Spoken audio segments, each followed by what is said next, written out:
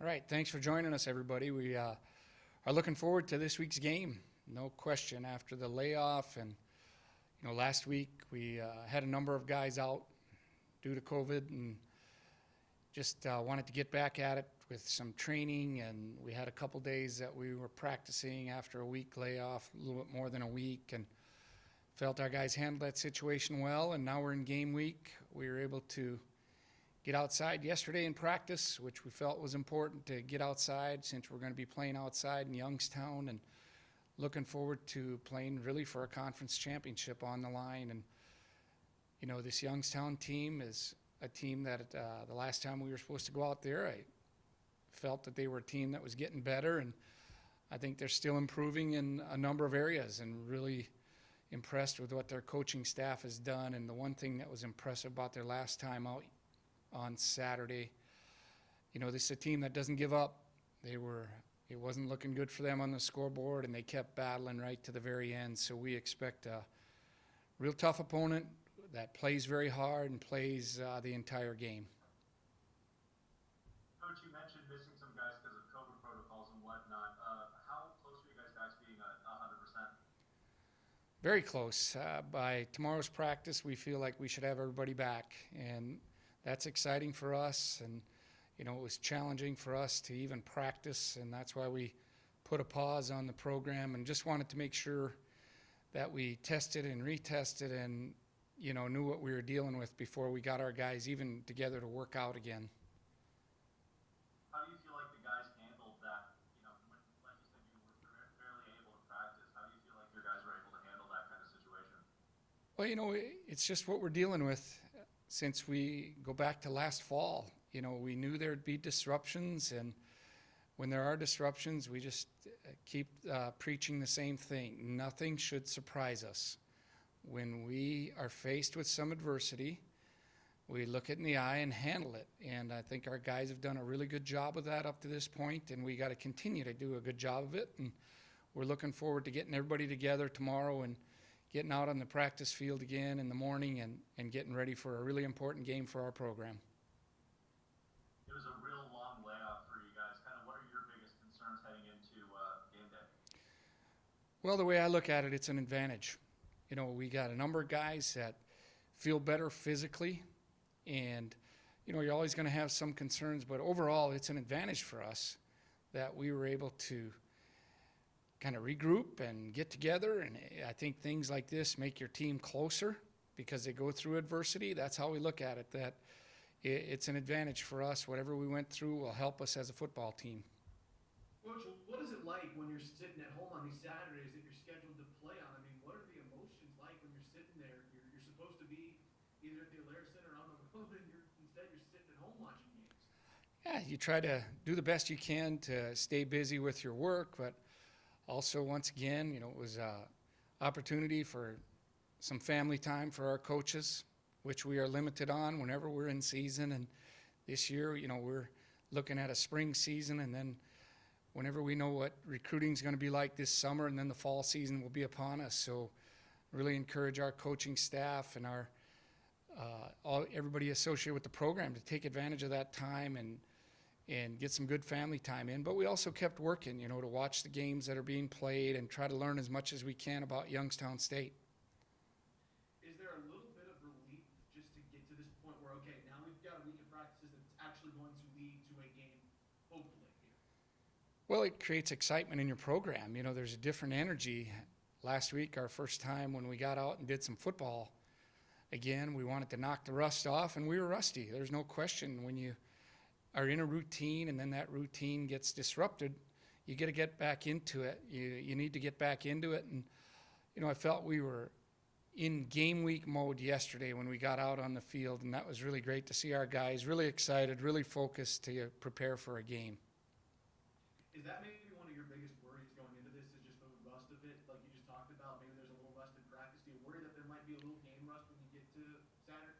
Well, we feel good about our game prep routine, and our guys got to get into the routine and practice fast and practice at a high level, and we should be well prepared to play a football game. Yeah, Coach, does it feel like maybe to compare to like a week one type opponent where you've for a really long time. What's it like taking multiple weeks to take a look at an opponent? Well, once again, I think it's an advantage. You know, we get an extra day of prep and some extra time to look at an opponent. And they've been pretty consistent at what they do, but have shown a few new things. And we just got to always stay on edge is the way we look at it, that you don't think like, hey, this preparation's gone on forever. So we're trying to create that in practice, that we challenge our guys with new things that they've done and be even better than we were the last time we prepared for them. And that's the way you got to do it. Really keep it exciting, and hopefully your guys show up with a lot of energy and a lot of focus at practice. And we got a good feel for that yesterday. I thought our guys were really into it. And, you know, we just should never be not looking forward to practicing in preparation for a game that carries a conference title on the line. Hey, Coach, you mentioned getting to that high level of prep. Now that you're going to most likely have your 100% roster, how do you get there with such a quick turnaround to a game now? Well, I think we'll be able to get there. You know, most of our guys were back last week, and as we went longer and longer with the isolation and the quarantines, you know, we kept getting more guys back every day. And tomorrow, it's like any other game week. You know, usually on Sunday, you probably have some guys banged up, and they're very limited, and that's how you look at it. You know, we're into the game week routine, and I just don't see much difference in what the routine is. I don't see any difference really, other than we were dealing with something like isolation or quarantine rather than guys being banged up from a game. Hey, Coach, and this is kind of what Tom has said. I mean, your last game was, gosh, weeks ago. Does it almost feel like this is now the start of a new season a little bit because of the gap between contests? Well, I think there's some gap there, but we were just still in season mode, you know, mentally.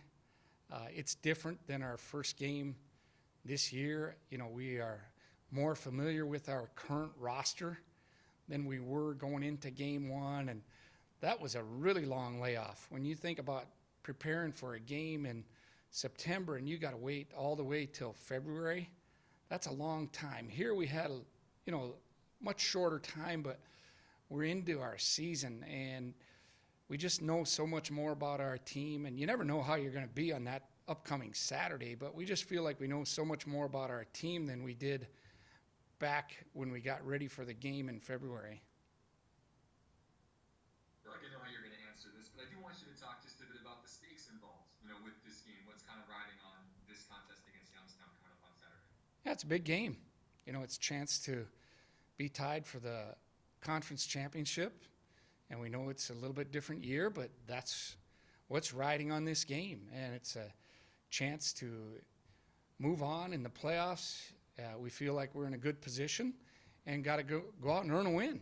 That's the way we're approaching our team. Hey, we got to go on the road and win a football game against a team that is very much improved, that plays physical and hard-nosed football, and we expect a four-quarter game. That's been the message to the team. And then last thing for me, you touched on this a bit, but how have you seen the guys, you know, just get excited about this opportunity, you know, to win a conference championship in their first season in the Valley now that that opportunity is here, now that you're on the game? Well, our guys were really excited to play in this league. You know, we waited 2 full years playing as an independent. For those guys that went through that, that was challenging, and I know they were excited to be playing in conference games again. And we've been really proud of our team, the way we prepared, and that's the one thing that you can control. And we've been really proud of our guys. I've been proud of our staff and our players, how we prepared for each and every game.